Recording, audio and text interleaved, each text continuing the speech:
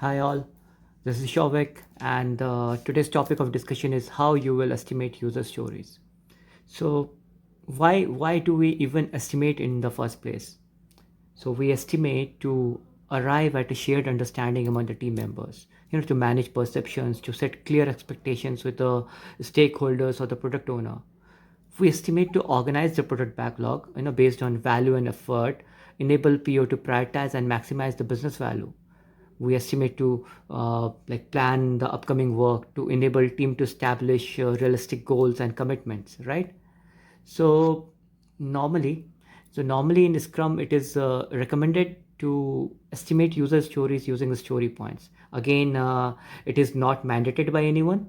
It is just a best practice that Scrum Master and coaches follow or preach.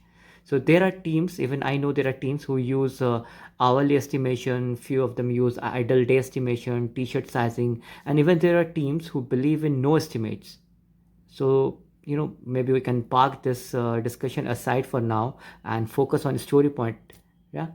So, story points are a relative measurement of the size of the user story, right? Like story points prevent an exact commitment on time, allowing for the uncertainty that comes with a lot of development work.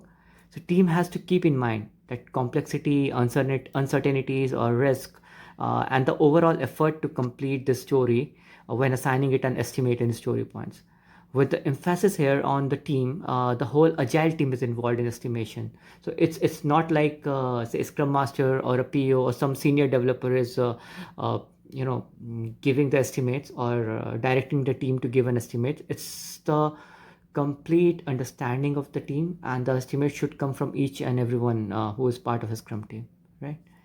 So now, what are story points? Like story points are units, that allows team to measure the overall effort to complete user story to the team's definition of done. So points are just unit of measures for expressing the overall size of the user story. In fact, the raw value we assign to each story is unimportant. Like few of them use the linear numbers, like 1, 2, 3, 4, 5. A few of them use the Fibonacci series. Few of them use the modified Fibonacci series. Some use t-shirt sizing. So whatever you use, it doesn't matter. Like if you're just talking about estimation using a story point, it doesn't matter. So what matter most are the relative values. So there is no set formulas for defining the size of the story. Rather, a story point estimate is an incorporation of the amount of effort involved, the complexity of developing it, and the risk involved in it.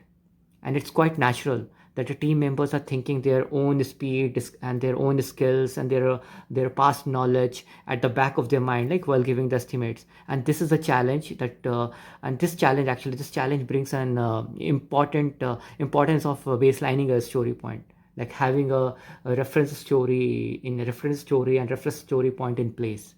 So maybe let us understand this concept with an example. Yeah. Okay. uh, so mm, suppose there is a question: how long does it take to run to point A from a point B? So I may reach there in 30 minutes, right? Based on my speed or the way I practice. Yeah. But however, Usain Bolt, I guess you all must be knowing Usain Bolt is the fastest man in the world. So he may take to reach from point A to point B in 10 minutes. So both of us here are doing their best performance, but the duration is different, right? So what if somebody comes and asks us, right, can you agree upon 20 minutes? Not possible, right? So now in the same example, let's ask a different question: how far is point A from point B? So both of us will immediately agree to the same point, which is say 2 kilometers, right? Or say five story points. So if you have noticed that the answer to the first question was subjective, the answer to the second was objective, right? Let's try it out. Try to understand the same concept with a different example. Mm, consider a task of traveling from Bangalore to Chennai.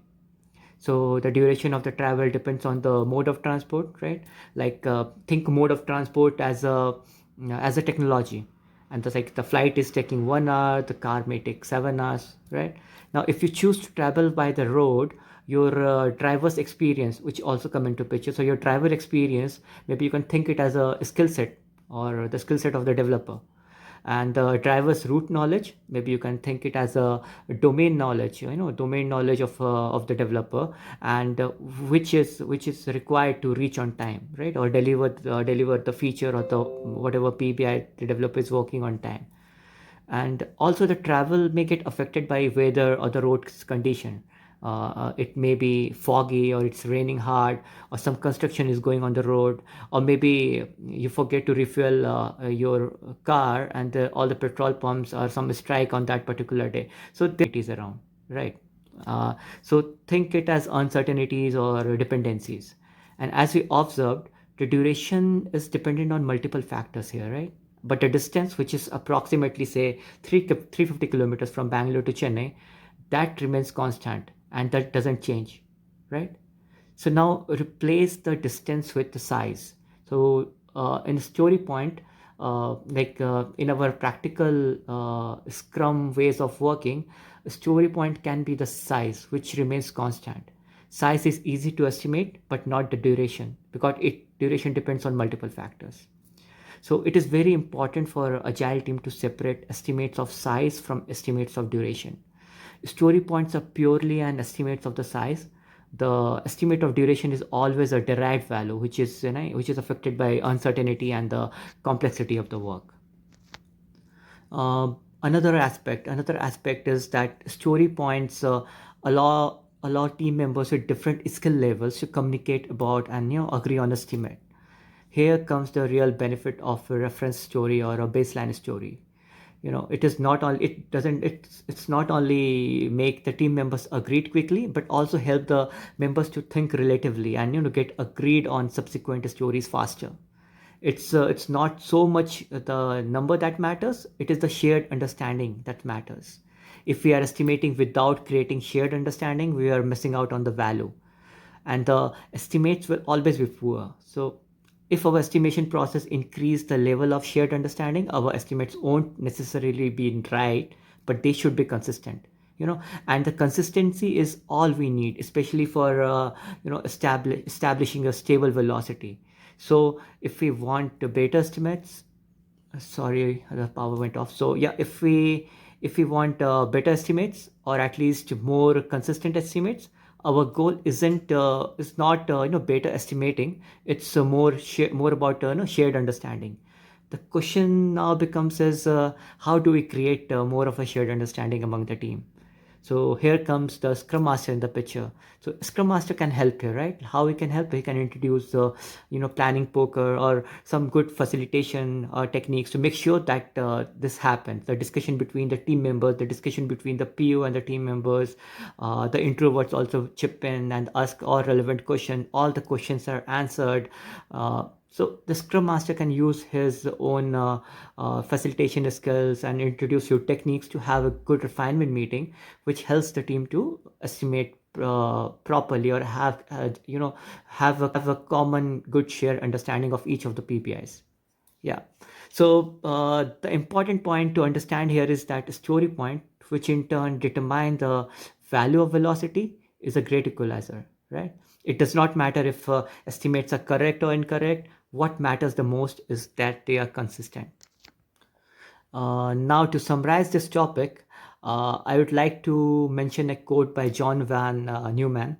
So, there is no sense in being precise when you don't even know what you are talking about, right? So, this reminds me that expending more time and effort to arrive at an estimate does not necessarily increase the accuracy of the estimates. The amount of effort goes into estimation should be determined by the purpose of that estimate. Okay, so that's it from my side. Thank you. Thanks for listening. Cheers.